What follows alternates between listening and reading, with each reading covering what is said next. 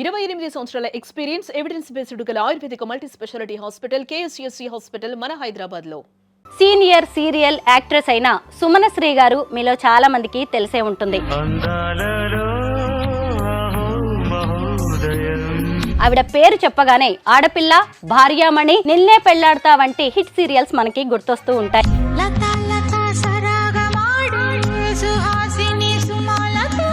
ఎంతో సహజంగా నటిస్తూ మన ఇంట్లో వ్యక్తిలా ఉంటారు సుమనశ్రీ గారు. మీ ఫ్రెండ్ అయిన వాహిని గారు చనిపోవడం అనేది అందరినీ ఎంతో బాధకు గురి చేసింది. ఆవిడతో ఉన్న బాండింగ్ గురించి చెప్తారా? ఎలా చెప్పాలి అనేది కూడా నాకు తెలియట్లేదండి. అంత హెల్దీ హ్యాబిట్స్ ఉన్న వ్యక్తికే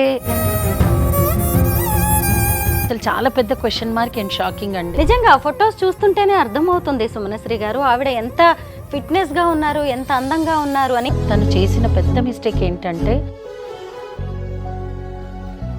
అందరికీ నమస్కారం, నేను Swarupa Potlapalli. Welcome to Suman TV.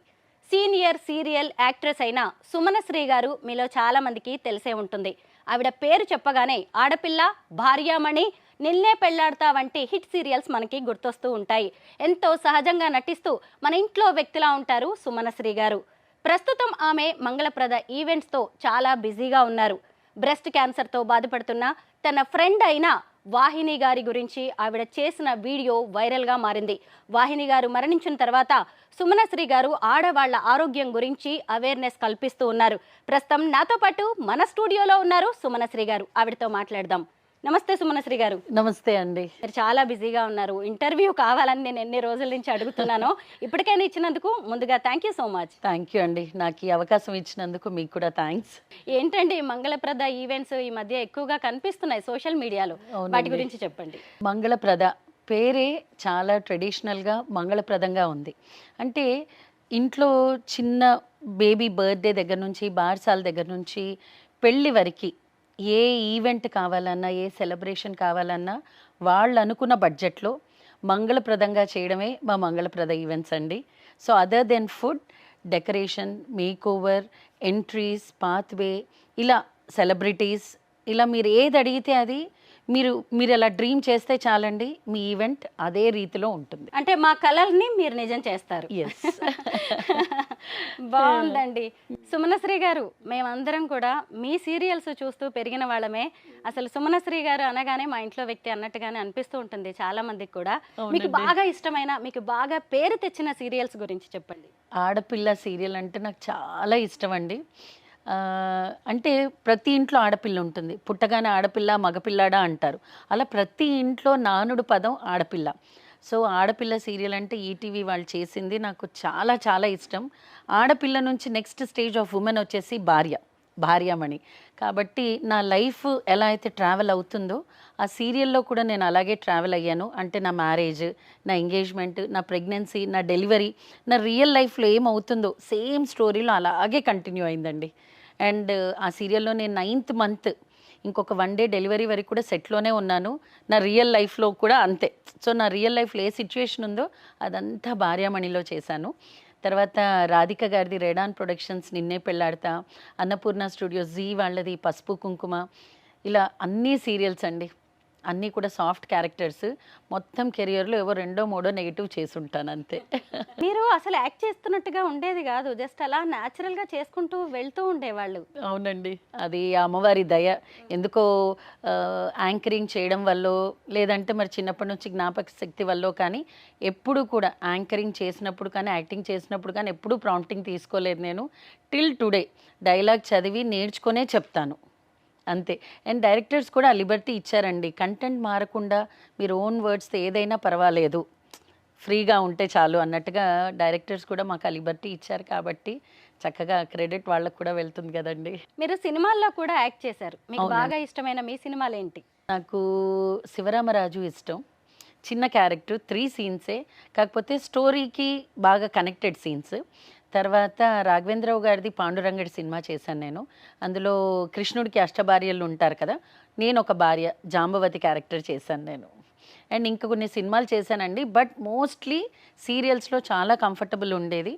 And ఒక సీరియల్ స్టార్ట్ అయితే 4 ఏళ్ళు 5 ఏళ్ళు ఒక గవర్నమెంట్ ఎంప్లాయీ లాగా చెక్ వస్తుంది కాబట్టి సీరియల్ వదిలి ఎక్కడికి వెళ్ళలేదు నేను. సీరియల్స్ అంటే ఒక ఎంప్లాయ్మెంట్ లాగా ఉద్యోగం చేసినట్టుగా ఉంటుంది. అంతే కదండి. ఇప్పుడు బికాజ్ ఒక్క సీరియల్ ఏది 13 ఎపిసోడ్స్ 26 ఎపిసోడ్స్ దూరదర్శన్ ఉన్నప్పుడు చేసాం. కానీ ఎప్పుడైతే డైలీ సోప్స్ వచ్చాయో ఒక్కొక్క సీరియల్ మినిమం 2 ఏళ్ళు 3 ఏళ్ళు ఉండేవి. కాబట్టి మాకు ఒక ఫ్యామిలీ బాండింగ్ అట్మాస్ఫియర్ అంతా అలవాటై ఉంటుంది.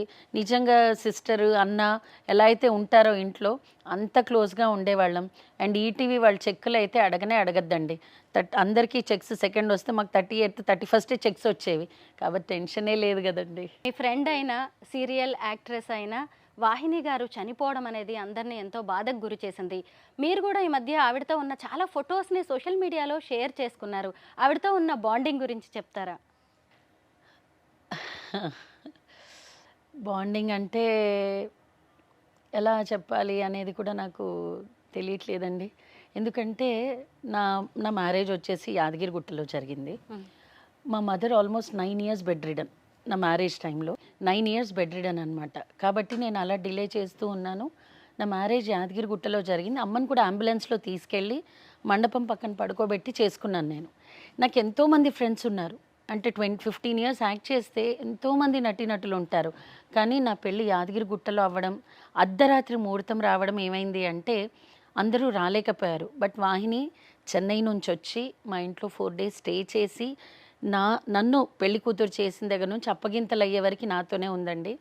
అండ్ మా ఇంట్లో జరిగే ఏ ఫెస్టివల్ కావచ్చు, ఏదైనా వరలక్ష్మి వ్రతం కానివ్వండి, దీపావళి కానివ్వండి, సంక్రాంతి కానివ్వండి, ఇయర్లీ ఒక 4 to 5 ఫెస్టివల్స్ అయితే ఫుల్ టైం ఉంటుందండి తను. అలా నాకు చాలా కనెక్టెడ్.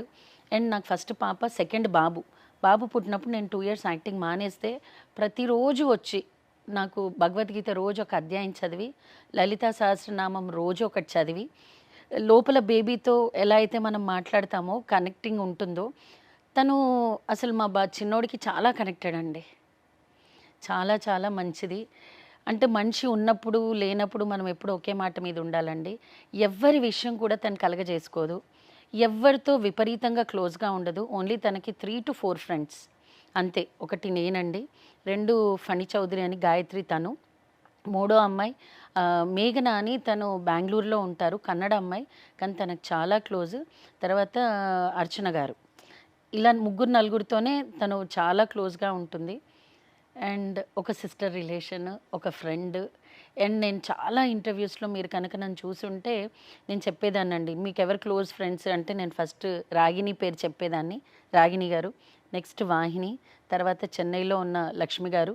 ఇలా నాకు చాలా క్లోజ్ అనమాట. సో ఇక మీదట ఎవరు ఫ్రెండ్స్ మీ క్లోజ్ అంటే ఒక పేరుని డిలీట్ చేయాలి. అయితే మీ ఇద్దరు కలిసి ఉన్న ఫొటోస్ నేను కొన్ని కలెక్ట్ చేసి పెట్టాను అనమాట. ఆ ఫొటోస్ చూస్తుంటేనే మీ ఇద్దరు చాలా క్లోజ్ అనే విషయం అర్థమైపోతుంది. ఆ ఫొటోస్ గురించి మాట్లాడుకుందామండి. చూడండి ఎంత అందంగా ఉన్నారో అసలు వాహిని గారు, జయవాహిని. ఈ ఫొటోస్ అన్ని ఏ ఏ సందర్భాల్లో దిగారు? ఇది మేమిద్దరము ఒక ప్రోగ్రామ్కి వెళ్ళామండి. ఇది మేమిద్దరం కలిపి చూసిన ఫిలిం. ఇది మేమిద్దరం యాదగిరిగుట్ట దర్శనానికి వెళ్ళామండి ఫ్యామిలీతో.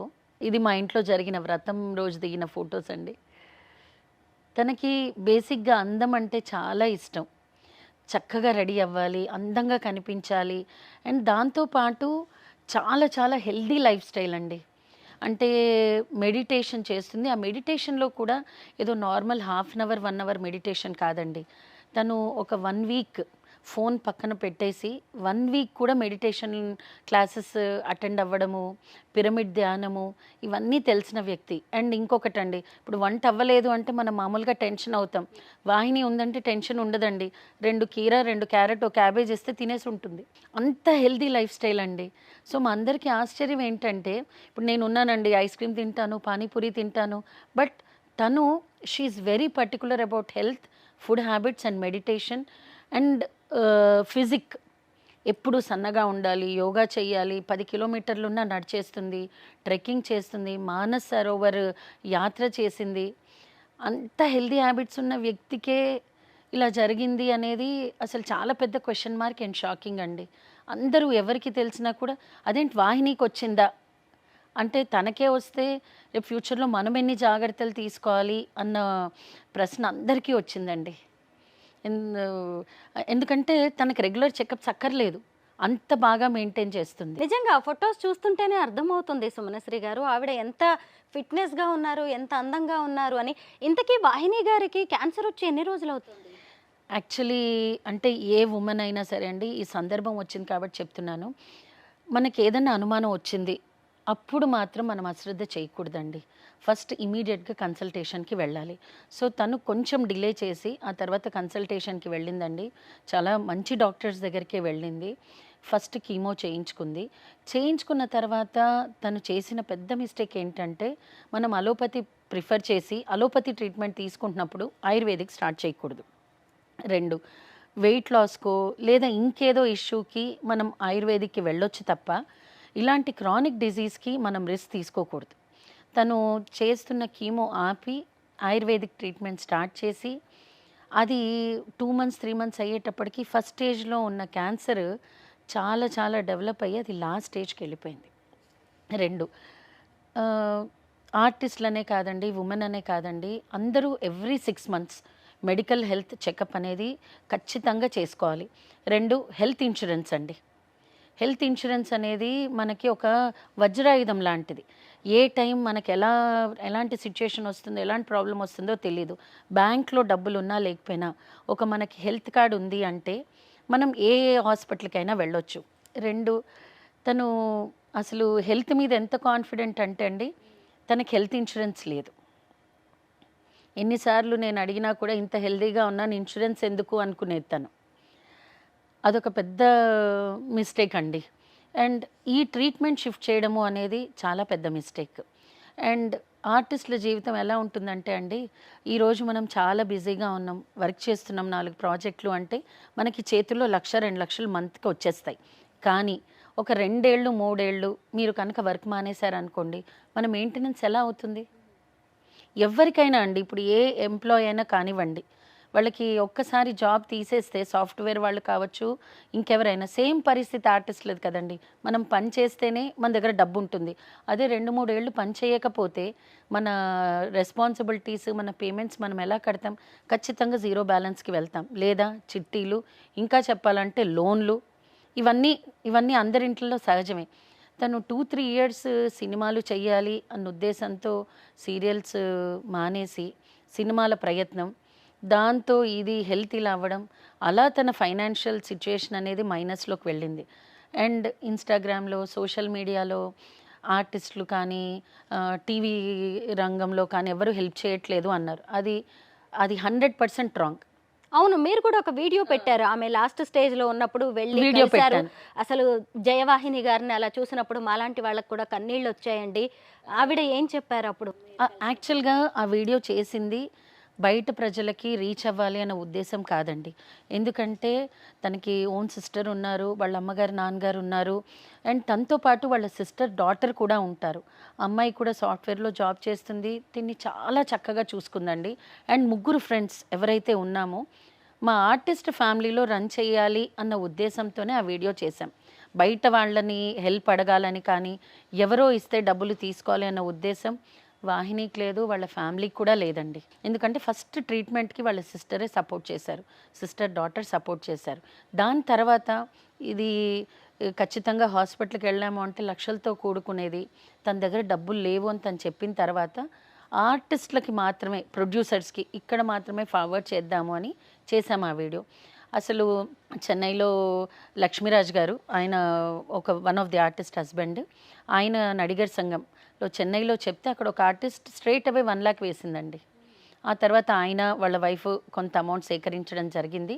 ఇక్కడ నా వీడియో మీరు చూశారు కదా. సో ప్రొడ్యూసర్స్ అండి, మిగతా ఆర్టిస్టులు 5,000 10,000 20,000 ఇలా సహాయం చేసిన వాళ్ళు ఉన్నారు. అలాగే ప్రొడ్యూసర్ ప్రవీణ్ గారు, శ్రీరామ్ గారు వీళ్ళు ఒక్కొక్కళ్ళు 25,000 ఇచ్చారండి. ఆల్మోస్ట్ ప్రొడ్యూసర్స్ అందరూ కలిపి కూడా 1.5 lakh వచ్చిందండి. ఓ మీ వీడియో తర్వాత ఆవిడకి ఫినాన్షియల్ గా చాలా హెల్ప్ అయ్యో అందినట్టే. ఖచ్చితంగా 7 to 8 lakhs అయితే ఖచ్చితంగా హెల్ప్ అయిందండి. అందరూ ఆర్టిస్టులు ఇంటికి వచ్చి చూశారు. పద్మా చౌదరి గారు కానివ్వండి, మిగతా తోటి కళాకారులు వచ్చి చూడటం, రాగిణి గారు ఏ షూటింగ్కి వెళ్తే ఆ షూటింగ్లో చెప్పడం, ఆ ప్రొడ్యూసర్స్ ఒక 20-25,000 తన ద్వారా పంపడం, ఇలా అందరూ ఎవరికి వీలు పడ్డట్టు వాళ్ళు సహాయం చేశారే తప్ప ఎవ్వరూ వదిలేయలేదండి. ఇంకొక ఇంపార్టెంట్ విషయం ఏంటంటే తను ఇక్కడ ఆర్టిస్ట్ అసోసియేషన్లో మెంబరే కాదు. కానీ మా ఇప్పుడు ప్రెసిడెంట్ ఎవరైతే కౌశిక్ గారు ఉన్నారో చెప్పంగానే ఆయన వీడియో పెట్టడము, తర్వాత అందరు ఆర్టిస్టులు అమౌంట్ వేయడము, వాళ్ళ ఫ్యామిలీకి అందజేయడం ఇదంతా జరిగింది. సో తనకి డబ్బులు అందక ఏదో ట్రీట్మెంట్ అవ్వక చనిపోవడం అనేది కాదండి. సో అందరూ సపోర్ట్ చేశారు. ఎక్కడ ప్రాబ్లం వచ్చింది అంటే తను ఈ ట్రీట్మెంట్ నుంచి ఇంకో ట్రీట్మెంట్కి వెళ్ళడం, ట్రీట్మెంట్ డిలే చేయడము, దానివల్ల ఏమైందంటే స్టేజ్ మారిన తర్వాత కూడా తనకి సర్జరీ చేశారు, కీమో చేశారు. ఆ సర్జరీ అయిన తర్వాత మళ్ళీ ట్యూమర్ పెరిగింది. ట్యూమర్ పెరిగి తనకి లాస్ట్ 6 months to 1 year అన్నారు.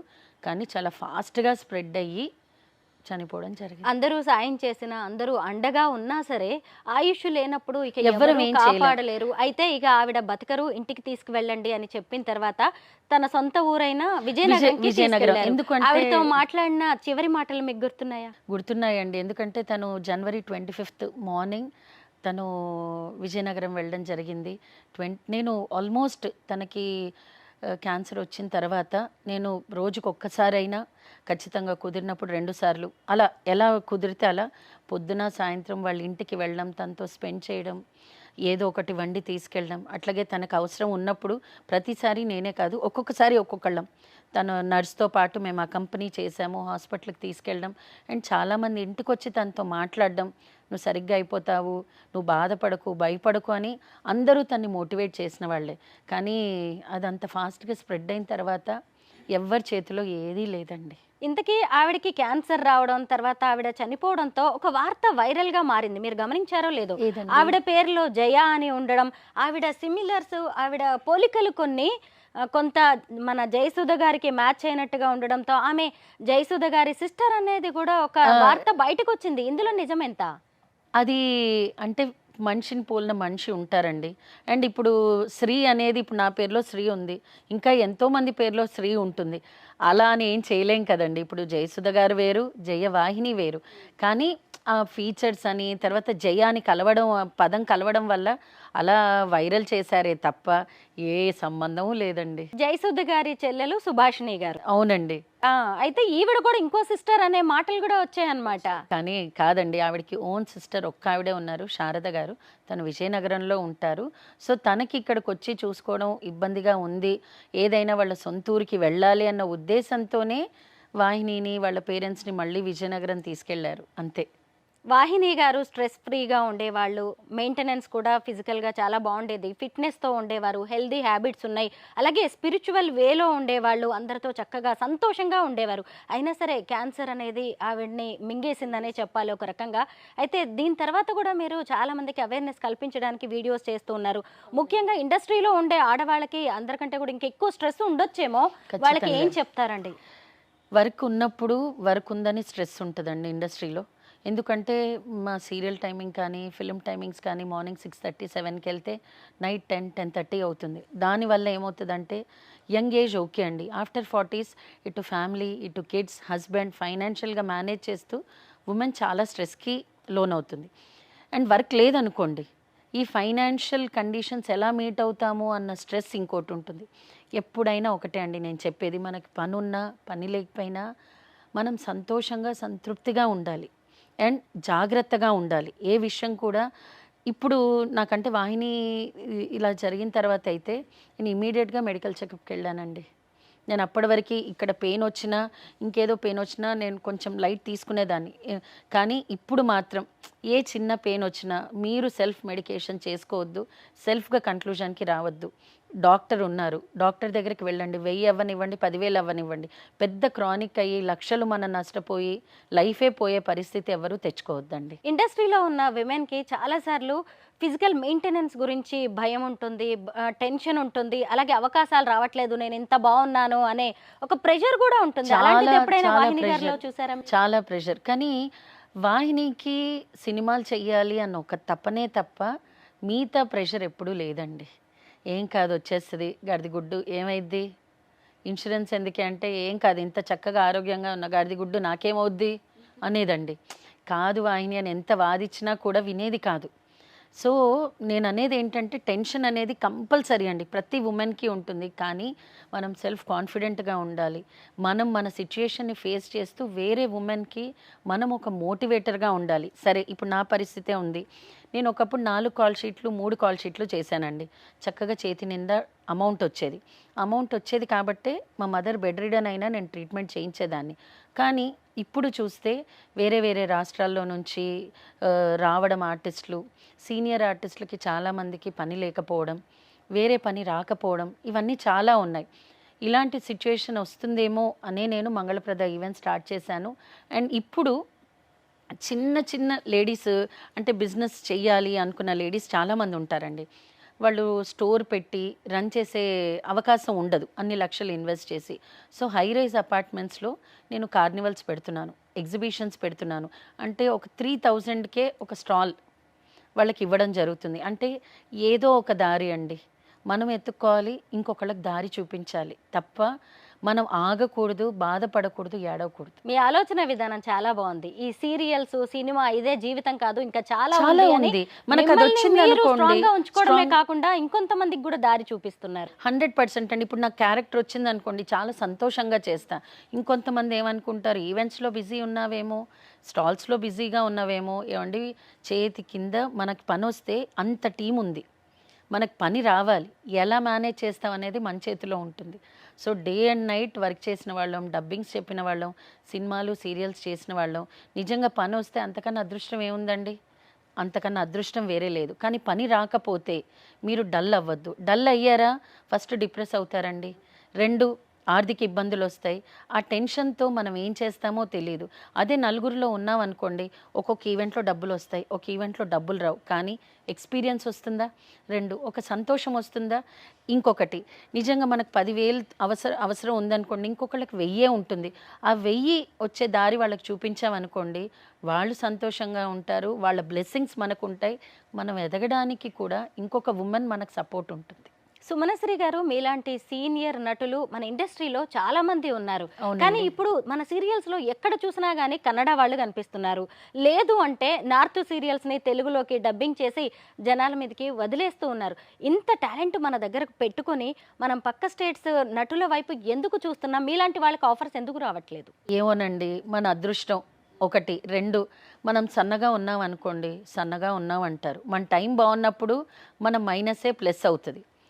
కానీ ఒక్కొక్కసారి మన టైం బాగాలేనప్పుడు మన ప్లస్ కూడా మైనస్ అవుతుందండి. ఇప్పుడు నేను లావ్ అయ్యాను, ఒకప్పుడు అసలు 40 kgs ఉంటే ఇదే సోఫాలో కూర్చుంటే ఇటో పిల్లో వేసి లావుగా కనబడడానికి చేసేవారు. సో మరి ఇప్పుడు నాకు సెకండ్ డెలివరీ తర్వాత థైరాయిడ్ వచ్చింది, ఇలాంటి ఫైనాన్షియల్ టెన్షన్స్, వీటన్నిటి వల్ల కొంచెం వెయిట్ పుట్ ఆన్ అయ్యాను. కానీ నేనేం హీరోయిన్ రోల్ అడగట్లేదు కదండి, అడిగేది మదర్ రోల్, అత్తగారి రోలే. సో అది మన టైం అండి. 2 ఈ ఛానల్స్ వాళ్ళకి కానీ ఎవరికైనా నా రిక్వెస్ట్ ఏంటంటే, హీరోయిన్ అనేది కంపల్సరీ మనం వేరే ఏ ప్లేసెస్ నుంచి తెచ్చినా మిగతా క్యారెక్టర్స్ ఏవైతే ఉంటాయో మన తెలుగు వాళ్ళకి ఇస్తే తెలుగు వాళ్ళందరూ కూడా సంతోషంగా ఉంటారండి. అందరి కళాకారులకి కావాల్సింది కళకి రిలేటెడ్ ఉన్న వర్కే.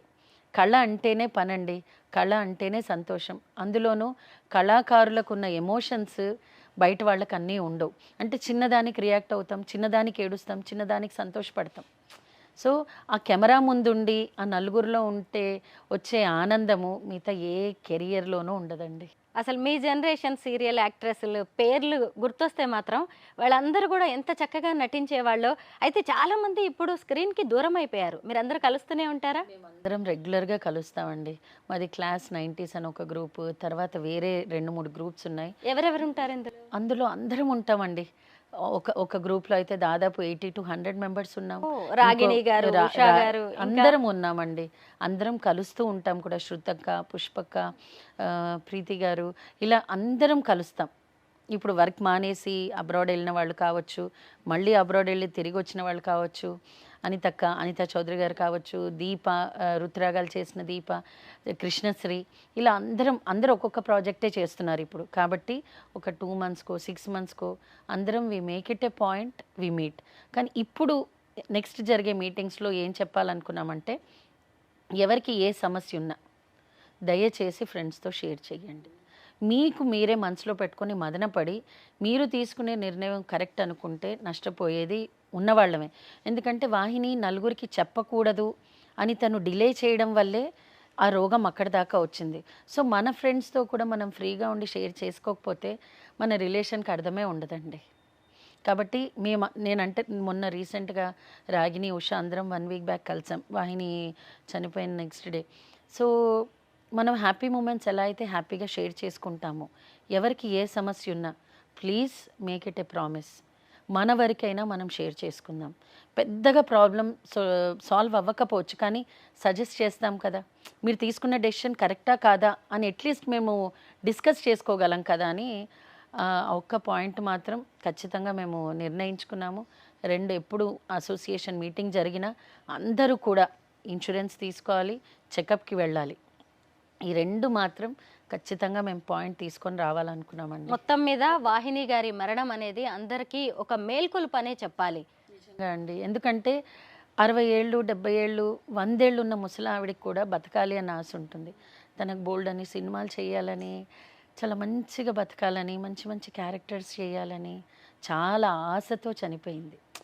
అండ్ తను కూడా ఎక్స్పెక్ట్ చేయలేదండి ఇంత తొందరగా చనిపోతుందని. కాబట్టి నిజంగా ఒక 70-80 years దాటిపోయి మనం లైఫ్ అంతా చూసేసాము అంటే అది వేరు. కానీ మనం చేసిన పొరపాటు వల్ల మనకి చావు రాకూడదు. నిజమేనండి. అంటే అది నిజంగా ఏదన్నా అయ్యి యాక్సిడెంట్ అయ్యి అది వేరు, కానీ మన నిర్లక్ష్యం వల్లనో మన డెసిషన్ వల్లనో మనం నష్టపోకూడదు. అండ్ ఇంకొకటండి, నిజంగా 70-80 years వచ్చాక మా పక్కన ఎవరుంటారో ఎవరుండరో తెలీదు, కానీ తనకి త్రిమూర్తుల్లాగా 3 ఫ్రెండ్స్ ఉండే మేము. అటు మేఘన కానీ, గాయత్రి కానీ, నేను కానీ, అండ్ బ్యాక్ ఎండ్లో రాగిణి గారు కానీ, ఇంతమంది సపోర్ట్ చేశారు. సో ఇది ఇంతమందికి సాధ్యమండి. కానీ ఆవిడ చనిపోవడంతో ఇప్పుడు అందరూ జాగ్రత్త పడ్డం మొదలు పెట్టారు. మీరందరూ కూడా ఇప్పటి వరకు సంతోషాన్ని షేర్ చేసుకున్న వాళ్ళు కాస్త ఇక నుంచి బాధల్ని షేర్ చేసుకుందాం, ఒకళ్ళకి అండగా ఉందామని మీరు డిసైడ్ అయిపోయారు. కాబట్టి నిజంగానే ఈ సందర్భంగా వాహిని గారికి నివాళి అర్పిస్తూ మీకు థ్యాంక్ యూ సో మచ్ అండి. థ్యాంక్ యూ అండి.